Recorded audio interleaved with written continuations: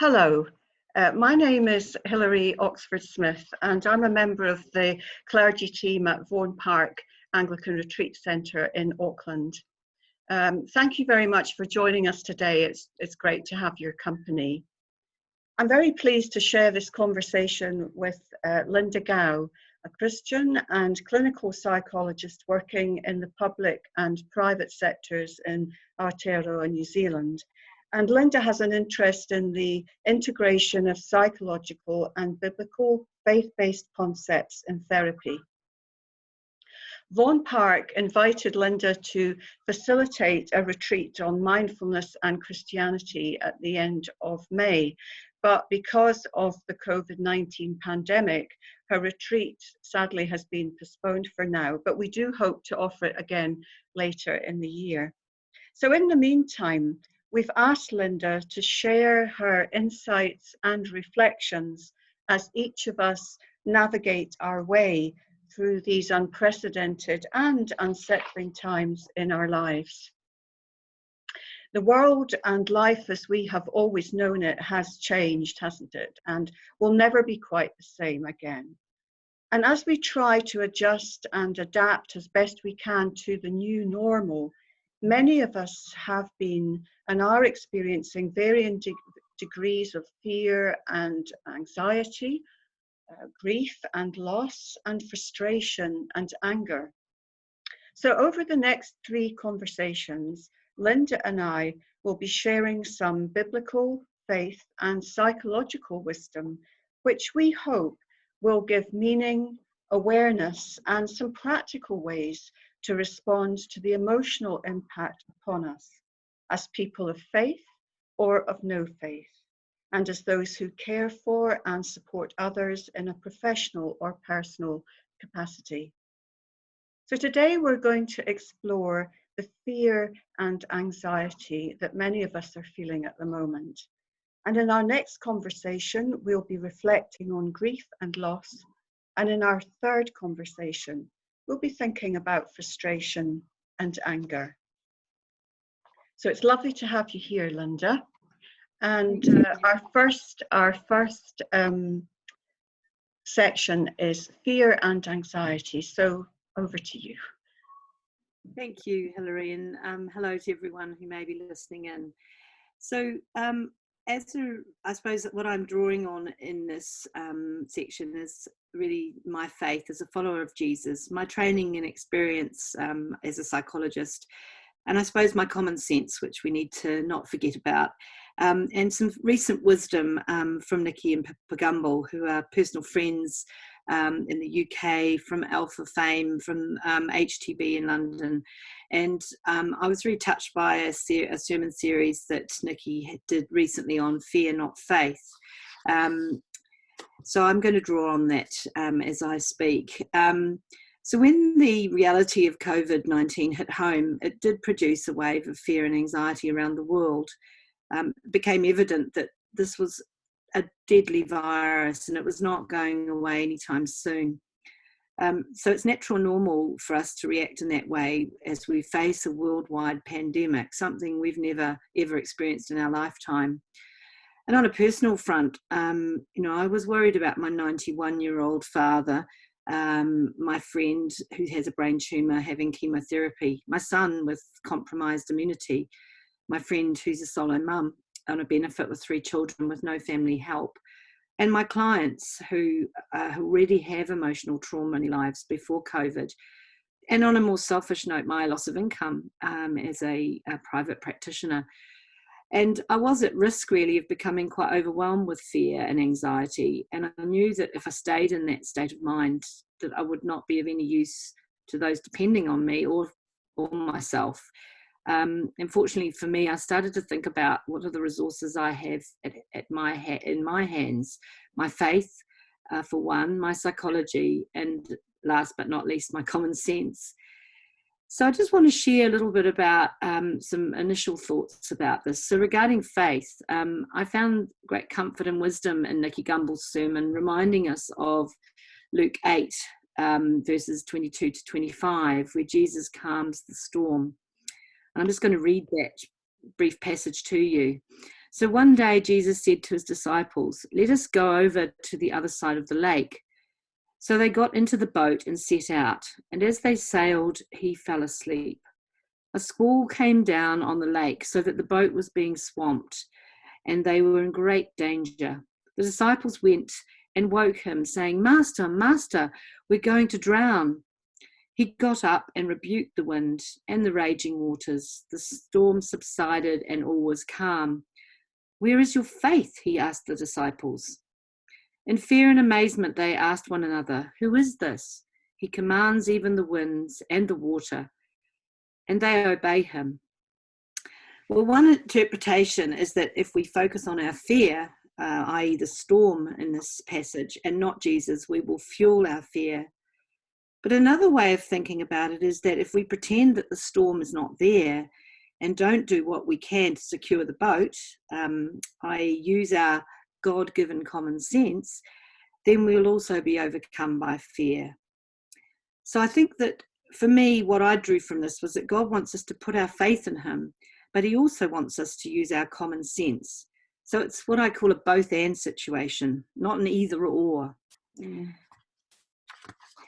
So Nicky in his first sermon suggested 6 ways to focus on faith and not fear. And I have used his headings, but Hilary and I have added our own faith and psychological perspectives on this.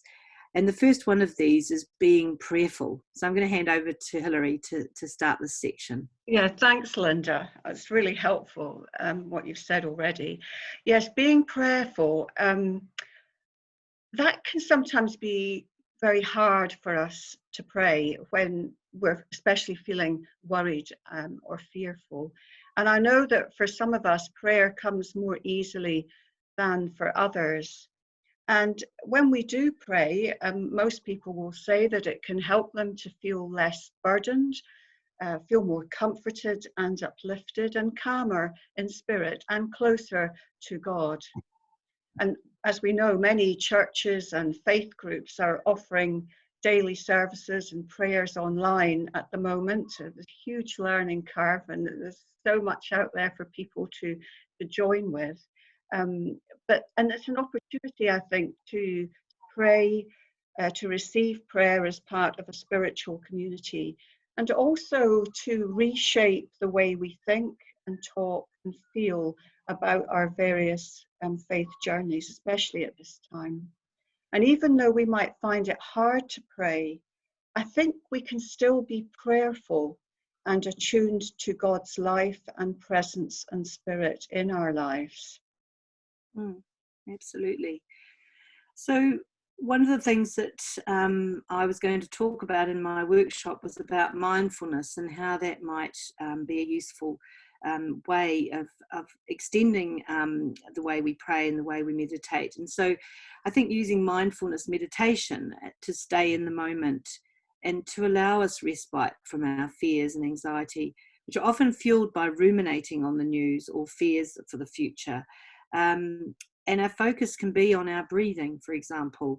And for those of faith, on a passage of scripture, an icon, a rosary, the Jesus prayer. A lot of these can be very helpful aids to staying in the moment and being able to just center ourselves. And for those not familiar with mindfulness, I can recommend some apps that might be very helpful as an introduction. One called Headspace, there's one called Breathe, and there's one called Calm. And all of those are really useful at giving you a sort of an understanding of what mindfulness is. But just to give an example from someone you may have heard of, Brother Lawrence, he wrote a beautiful little book called Practicing the Presence of God, where he shares how he brought God to mind in his day-to-day activities, including peeling the potatoes. And I think keeping oneself busy with activities that are meaningful can help us to manage anxiety, such as listening to music, playing, drawing, exercise, cooking, sewing, reading and writing. And a lot of those activities are things we've seemed to have taken up more since we've been in lockdown. Returning to some of those things that actually are can be very soothing and settling. And whilst we're doing these activities, it's possible that we can be aware of God's presence in our lives. My husband Ian, for example, finds being outdoors collecting and chopping wood very soothing. And I think we can be doing an activity and we can be mindful at that time of God being with us in that time. I mentioned breathing, and breathing is really key to managing anxiety and fear. And you can check in with your breathing rate. This is just a little tip for you, by using a stopwatch and just counting how many breaths in and out you do in a minute. And the ideal rate for breathing per minute is 10 to 14 breaths. That's in and out, counts as a 1 per minute. So that's a little way of checking in on yourself to see, well, how is my breathing? And maybe I need to just slow it down a little bit. Maybe that will give me a better sense of calm. Another little idea that you might want to think about is creating what's called a virtual calm or safe place to retreat to when fear and anxiety start to overwhelm us. And this can provide us with respite from our concerns. This could be a place that's a real place that you've actually been, or it could be a made-up place. But it needs to be accessible in terms of the 5 senses. You need to be able to see it, hear it, touch it, taste it, and smell it. So you need to imagine experiencing all those aspects of the place you choose. And there needs to be a key word that is memorable that can take you to that place directly.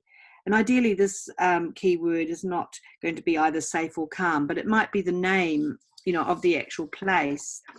And I was thinking about this and thinking that actually the Vaughan Park Chapel could be a place, or any place at Vaughan Park, if you've stayed there, that might be somewhere you could go and just feel a sense of peace. And your keyword might be Vaughan Park, if that's a place that has brought peace and calm to you. So that's just a little idea that you could use. Centering prayer is obviously within the contemplative Christian tradition, and it's based on mindfulness practice. Mindfulness is a universal way of practicing, and it comes within lots of different traditions. But within the Christian tradition, centering prayer, I think, is the closest that you would get. And there's some excellent resources available that you can draw on there. And I'm going to hand over to Hilary to say a little more about that. Yes, there are a lot of resources online that you can explore. If people are interested in exploring centering prayer, then you can connect online with Father Richard Rohr's website, Centre for Action and Contemplation, or with the Contemplative Network here in New Zealand. It's a really easy to navigate website with lots of useful information and helpful things for you to explore. And there are other contemplative networks throughout the world, wherever you're living and tuning into us today. The World Community for Christian Meditation also offers a lot of online meditative practices which are rooted in the teachings of the Gospels and the early Christian monastic methods of prayer and contemplation. And talking of Father Richard Rohr, we come now to the second way to focus on faith and not fear, and that's by being wise. From a Christian perspective, Jesus was a teacher who emerged out of an ancient tradition called wisdom, which is in fact at the headwaters of all the great religious traditions of the world today. And Jesus belongs to a stream of living wisdom that has been flowing through humanity for at least 5,000 years. And this wisdom is concerned with the transformation of the whole human being, from our animal instincts to our egocentricity into love and compassion, and from a judgmental worldview into one of acceptance. I'm personally drawn, as you know, to the wisdom of Celtic Christian spirituality, and I've been reminded of some words this week from the Irish author, poet, and theologian John O'Donoghue. And he writes about the wisdom of trees, which he says balance the path inwards with the path outwards. Trees reach towards the light. They endure rain and wind and storm because they are rooted, he says, in a reliable depth of clay. They are able to integrate the suffering of dark and bleak times into the dignity of living. I think that's a good analogy for us, that we need to grow strong roots so that we can weather the storms that inevitably come our way, and to develop that rootedness as well in a faith tradition can help us to do that. Mm. Over to you, Linda. I'll hand you. Yeah. I love the work of John O'Donoghue. Very wonderful, wonderful writings. So on a sort of psychological note, I'm going to tell you just a little bit about a type of therapy. It's called DBT, or dialectical behavior therapy. And it's a type of cognitive behavior therapy that tries to identify and change negative thinking patterns and pushes for positive behavioral changes. And two really useful concepts I draw on from this approach are the concepts of emotional mind and wise mind. So emotional mind is where my decision making is informed predominantly by my emotions. Wise mind, on the other hand, is where I manage to integrate my emotions and my logical thinking, where they inform each other in a helpful way when making decisions. And obviously being wise allows us to use common sense as well as take advice, where emotional decision making is often impulsive and often common sense and sound advice fall on deaf ears, so to speak. And obviously you'll be aware that at the beginning of the pandemic, when it was first announced, there was a lot of emotional reasoning going on. People were rushing to the supermarkets and stockpiling food, even though we were being told New Zealand's got lots of supplies, just be patient, you know. You need to just share and just take a little bit of everything, and then there'll be enough to go round. So there was a lot of emotional reasoning happening. In New Zealand, we've been provided with an alert system and detailed advice on how to be wise and keep ourselves and our community safe. So allowing our emotional mind to rule does result in those type of panic buying or irrational responses to others. And I think part of being wise is also knowing and accepting what we can and can't control. For a lot of us, we've never been in a situation where we don't feel in control of our lives. You know, we are having to follow guidance from the government. We don't know when it's going to end. And so there's a prayer which, when I was thinking about this, came to mind, which is actually used by Alcoholics Anonymous. And some of you may be familiar with it. It's called the Serenity Prayer. And I'm just going to read it because I just think there's so much wisdom in this very short little verse, which is that God grant me the serenity to accept the things I cannot change, the courage to change the things I can, and the wisdom to know the difference. And I think Hilary alluded to acceptance, and I think there is a degree that we have to accept the way things are at this moment, and to think about what can we control within our bubble. What are the things that we have got control over? I was sent an email today with a really useful chart in it called Meaningful May, which gives some daily tips on how to manage day to day through this lockdown period. And I was very pleased with this when I received it. And the strap line on this was start where you are, use what you have, and do what you can. And I felt that that was a really helpful piece of advice, that we can do what we can do within our bubble, within our resources, the God-given gifts we have. And Hilary is going to post this somewhere. I've sent it to her, so hopefully it'll be available to you. Yeah, we'll be putting it on, we'll be putting that and other links on the Vaughan Park website and on our Facebook page and Twitter feed and various other places. Right. So I'm going to hand back over to Hilary. Thanks for that, Linda. Another way that can help us to focus on faith, not fear, is by being kind. And over these past few weeks, it's like there's been an almost universal rediscovery of the concept and practice of kindness. In the Bible, the golden rule is that we do to others as we would want them to do to us. In other words, if we want to be blessed with kindness, we are called to be generous and patient, compassionate and good, so that we can be a blessing of kindness to other people. There is, I think, something very deep in the human soul that depends on the presence of kindness, something instinctive in us that expects it. And once we sense it, we are able to trust and open ourselves to it. It's as if, despite all the darkness, human hope is based on the instinct that at the deepest level of our living, some intimate kindness holds sway. And kindness has very gracious eyes. It's not small-minded or competitive, and it wants nothing back for itself.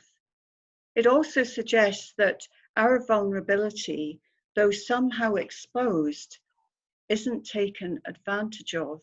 Rather, it becomes an occasion for dignity and empathy. I'm going to hand over to Linda, who will talk a little bit more about kindness. Thank you, Hilary. So, I mean, our Prime Minister, Jacinda Ardern, has really highlighted kindness as an important personal response to COVID-19. In fact, as a response to any major event that impacts our lives as a country. And the directive to act with kindness was there during the mosque attacks in Christchurch and the Whakaari Island volcanic eruption, and now in response to COVID-19. Kindness is really now in the headlines, and which is a really great thing. But kindness is a more complex concept than it seems on the face of it. It doesn't come naturally to all of us, although we're called to it. And some of us struggle to be on the receiving end of an apparent act of kindness due to our own history and possible misconceptions of the motivation of the other. And just as an example, my father, who's 91 and fiercely independent, sometimes sees my attempts to help him as interference and control. He accepts help more readily from the neighbour, and being told by her that when he starts talking about going to the shops, that he might be stopped by the police because he's over 70, seems to work rather well. Being a very law-abiding man. He happily receives help from me, though, in regard to internet and provision of home-cooked meals. And as Hilary alluded to, my kindness to him isn't dependent on his response. It comes from me, and it's my heart that drives that. Oh, and my love for God. Being kind to oneself, though, has to be the start point before we can extend this to others. And there's biblical precedent for that.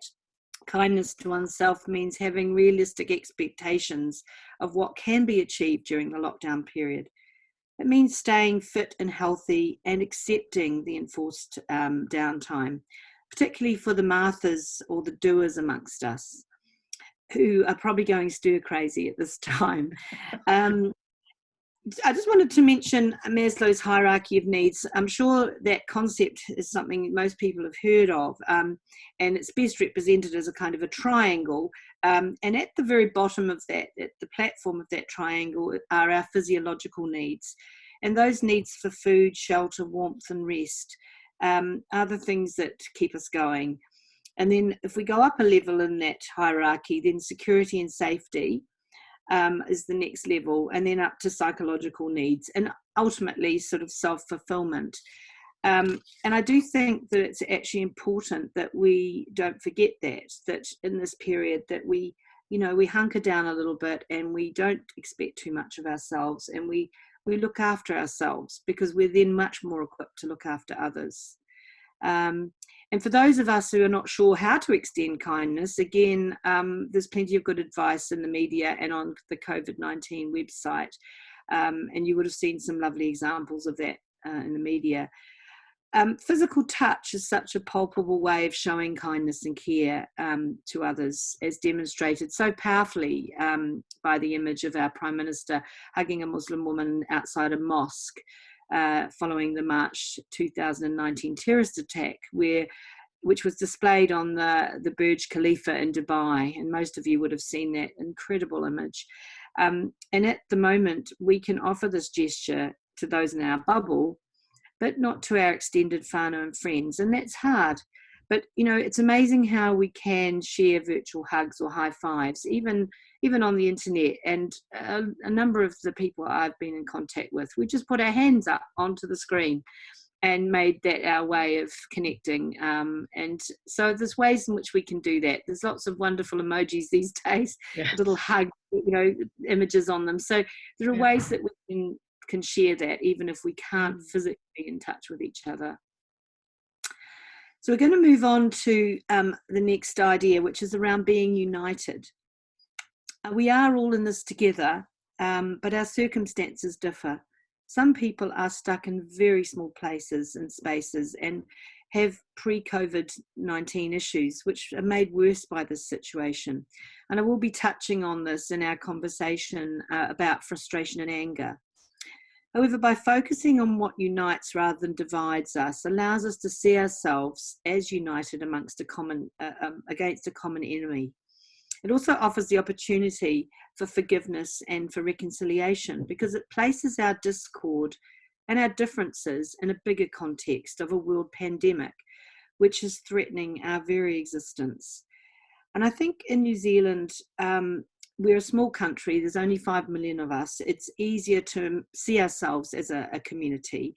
And I think also that as a result of, the 90s and biculturalism, that has really helped us to have much more of a community perspective. I think through Maori and Pacifica culture and spirituality, that helps us think about ourselves as a group, as opposed to having a very strong view around our individuality, which is very much a white Western concept. And I think that, you know, as a result, we've been able to maybe have new perspectives on relationships and what is really, really important to us. And I've certainly personally made some overtures recently of forgiveness and reconciliation towards my sister during this lockdown period, because the relationship moving forward means more to me than those issues around responsibility and blame for the past. So I think, you know, this time is given to us, and maybe it's a blessing in some ways that we can start to reflect and step outside of some of our situations and think about what do we want for the future, and how would we want to be different in our relationships with each other. So I'm going to hand over to Hilary to Yes. also reflect on this idea. Yes, this has been a time, I think, when many of us have reflected on some challenging relationships we may have with family members or others. And as you say, we've been given the opportunity to reflect on who and what is important to us. Yet when we look at what's happening across the world, even in this time of crisis, there's no escaping our many differences, not least in the Christian church. If we glance through the Bible, we'll see that these differences date back thousands of years, nothing new. Some of us may hold different doctrinal beliefs, yet I think that we all share a desire for salvation, however we might interpret that loaded word. Salvation comes from the Latin root salve, which means good health, that sense of wellness which all of us long for in our hearts and minds and bodies. So as Christians, we may genuinely and sincerely hold different meanings and interpretations of that word, but in the end, it's surely about loving one another deeply from the heart, as Jesus did and as he taught us to do. It's not about waiting for somebody else to make the peace. Loving one another, as Jesus asked of us, is probably one of, if not the most challenging of his teachings.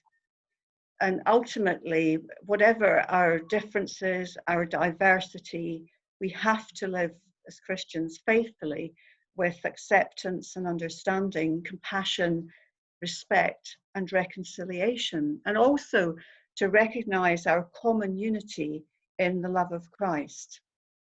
And only then, to quote Jesus, can we remove that log from our own eye to take care of the speck in our fellow Christians' eyes. Hard to do, Mm. but we're called to do it. Indeed. So moving on to the next idea, which is about being connected. This is our fifth way of focusing on faith, not fear.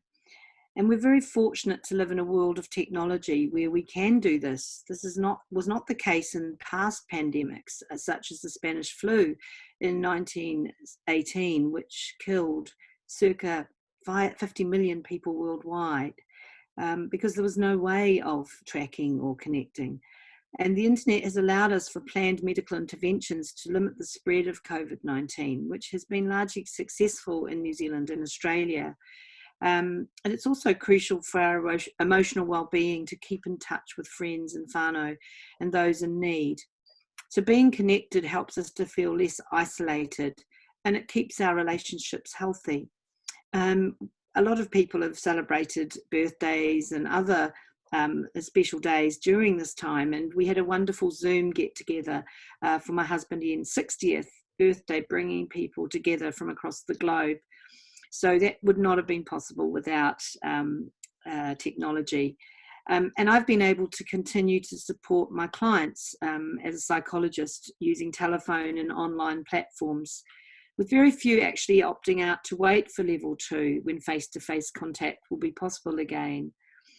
And that's been a real privilege, because additional to the issues that I originally was seeing them about, they've been able to share the challenges of being living through this lockdown.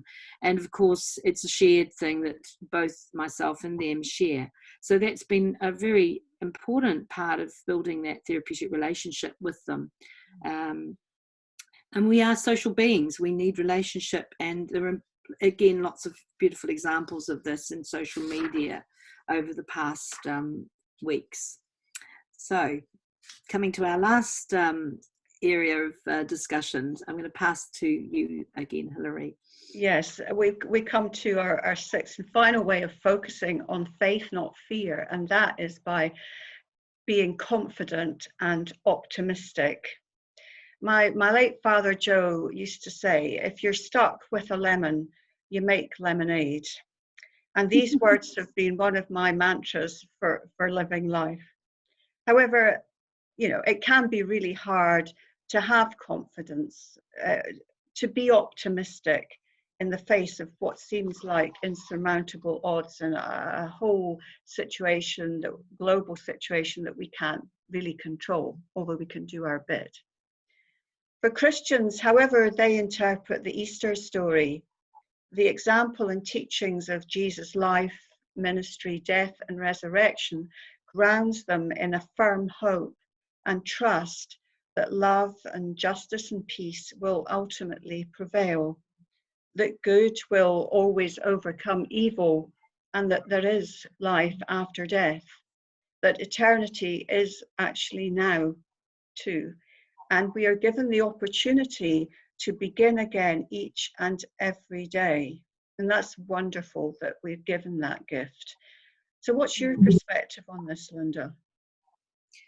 Well, additional to what you've said, Hilary, which I find very helpful and comforting to come back and look at, I often will say to my clients that all emotions have, or all events, in fact, have a limited time span. Emotions, they rise and peak and eventually resolve like a bell-shaped curve. And obviously therapy or some type of counselling intervention can help to flatten that curve and assist my clients and others to tolerate and face events or difficulties rather than avoid the emotion. And it's the same with COVID-19. It will eventually pass. But how do we maintain confidence and optimism in the midst of things? And I think that we think about the Easter story, we had to wait for good, we had to go through Good Friday, and, eventually we did get to Easter Sunday, but it was a process. My son, Matt, has 2 wolves tattooed on his chest, and these relate to an American Indian proverb. The proverb refers to the good wolf as the positive in all of us, and the bad wolf as the negative in all of us. And we have to choose which wolf to feed. And if we choose to feed the good wolf, we choose to fill our minds with hope and trust rather than fear and failure. And that, of course, is not as easy as it sounds. You know, for my clients, and no doubt for some of our friends and family, we may have to walk alongside them, reminding them of some of these truths, both biblical truths and the truths that are held within that proverb. So I think that, yeah, it's a challenging time for all of us, and we're part of that. And I think if we can draw on all those things, our faith, if we can draw on our common sense and some of the wisdom from psychology, then I think we've got a better chance of going through this process and coming out the other end with some new learnings and some new, some new ways of managing life and doing life maybe better than we did it prior to. So I'm going to pass back to Hilary to wrap things up for today. Thanks, Linda. We probably should say that if anyone out there needs professional support, then it could be a pastor or a spiritual director or companion, a counsellor, or the mental health team, as you've said. And the 1737 health line here in New Zealand is a good resource for those folk just needing someone to talk with anonymously. So do reach out as much as you can if you need support and help. It's there for you. Well, this video conversation between Linda and I will be posted onto the Vaughan Park website. It will be on our Facebook and Twitter pages. And as I said earlier, we'll include some links and contact details for the various organisations and helplines that we've talked about today. And we'll give you quite a lot of comprehensive links for that. In our next video conversation, Linda and I are going to be talking about how to navigate a way through grief and loss, because for a lot of people, they're feeling that they are coping with much loss in their life in all sorts of different ways. So we want to explore that with you and help you and ourselves to navigate through that loss. And we'll keep you updated of when this conversation will be posted online via the website and social media, but it won't be long, just a few days. And we've really appreciated you joining us today. And thank you very much, Linda, for joining us, and for, although you couldn't facilitate your retreat, you've given us such a lot of helpful, inspirational help and advice and guidance, and just thank you so much for taking the time to do that and share all that with us. Thank you. Yeah, it's lovely to see you. It's been a great pleasure. So I think we're going to finish off by, I think we can say together, stay safe. Yes. Be kind. Be kind and be well. Kia kaha. Kia kaha. Bye-bye.